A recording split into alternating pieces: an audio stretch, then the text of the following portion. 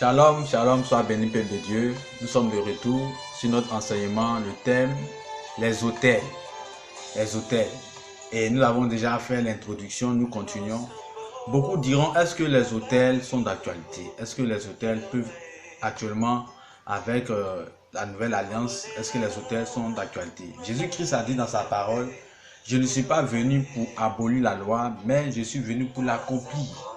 Amen. Jésus même n'est pas venu pour abolir, mais il est venu pour accomplir.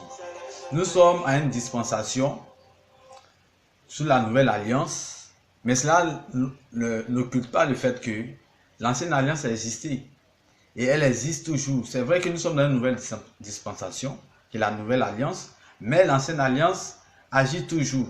Elle n'a pas disparu. Amen. Elle n'a pas disparu. Elle n'a pas disparu. Elle n'a pas été effacée. Elle continue, mais il y a une alliance supérieure. Alléluia. Elle est toujours d'actualité, l'ancienne alliance. C'est pour cela que l'apôtre Paul a pu dire, excusez-moi, l'apôtre Paul a pu dire en Actes chapitre 18, verset 18, nous pouvons lire la parole de Dieu. Actes 18, 18. Nous faisons la lecture. Voilà. Toi qui m'entends maintenant, que Dieu te bénisse, que Dieu t'élève. Certainement, cette parole-là va te faire du bien encore aujourd'hui. Actes chapitre 18, verset 18. Voici ce qui dit la parole de Dieu. Paul resta encore assez longtemps à Corinthe. Ensuite, il prit congé des frères et s'embarqua pour la Syrie avec Priscille et Aquilas, après s'être fait raser la tête à Saint-Cré car il avait fait un vœu. Paul était sous la nouvelle alliance, mais Paul avait fait un vœu. Les rites tels que les vœux, tels que les sacrifices, tels que les autels, toutes ces choses-là, c'était des choses qui existaient dans l'ancienne alliance. Mais Paul ici parle de vœux. Donc, en d'autres termes, la loi était encore d'actualité et avait valeur. Elle pouvait faire des effets, elle pouvait impacter, elle pouvait agir. Alors, toi qui dis, est-ce que les autels sont encore d'actualité? Oui, les autels peuvent agir en ta faveur. Ce que tu fais peut agir, les sacrifices peuvent agir en ta faveur. Que Dieu te bénisse pour lever déjà cet équivoque dans ton esprit. Alors les autels sont bâtis en fait dans le but d'adorer le Seigneur, mais également de recevoir du Seigneur des bienfaits, des bénédictions. Mais à côté de ces autels que Israël a fait, le peuple de Dieu a fait, Satan également a copié sur les autels. Et il y a des sacrificateurs sataniques qui également font des autels. Amen. Nous pouvons lire dans Nombre. Alléluia. Nombre le chapitre 23. Nombre le chapitre 23. Amen. La Bible déclare ceci au verset 1. Balak dit à Balaam, Balaam dit à Balak, bâtis ici cet autel et prépare-moi ici 7 taureaux et 7 béliers. Balak fit ce que Balaam avait dit et Balaam offrit un taureau et un bélier sur chaque autel. Balaam dit à Balak, tiens-toi près de ton holocauste et je m'éloignerai. Peut-être que l'Éternel viendra à ma rencontre. Et je te dirai ce qu'il me révélera. Nous sautons la parole au verset 7. Balaam prononça son oracle et dit, Balak m'a fait entendre d'Aram, le roi de Moab, m'a fait descendre des montagnes de l'Orient. Viens, maudit Jacob. Viens, sois irrité contre Israël. Comment maudirait celui que Dieu n'a pas maudit? Comment serais-je irrité contre l'Éternel qui n'est point, l'Éternel n'est point irrité?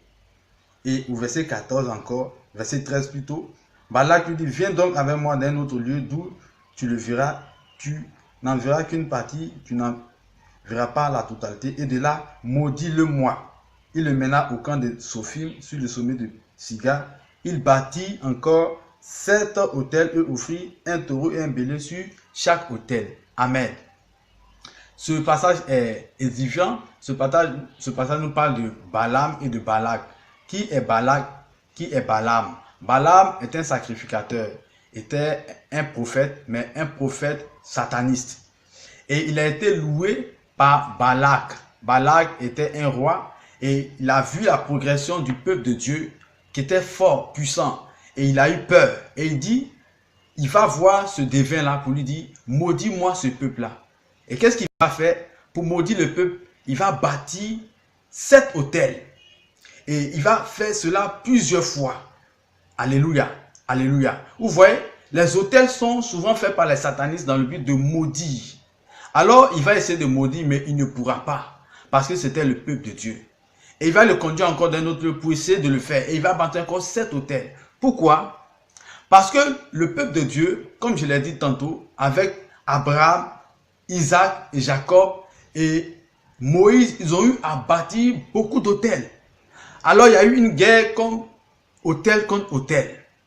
Et les autels qui ont été bâtis par le peuple de Dieu étaient si nombreux que les autels de Balaam, le devin, ces autels-là n'ont pas pu réussir à maudire le peuple de Dieu.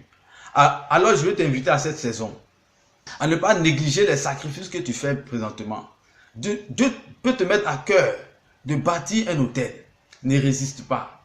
Ne dis pas l'autel est, comment on appelle ça, je pourrais dire, est dépassé. Non, l'autel n'est pas dépassé. Parce que les défunts sont là et baptisent dans le but de maudire. Alors ton autel va contrer leur autel.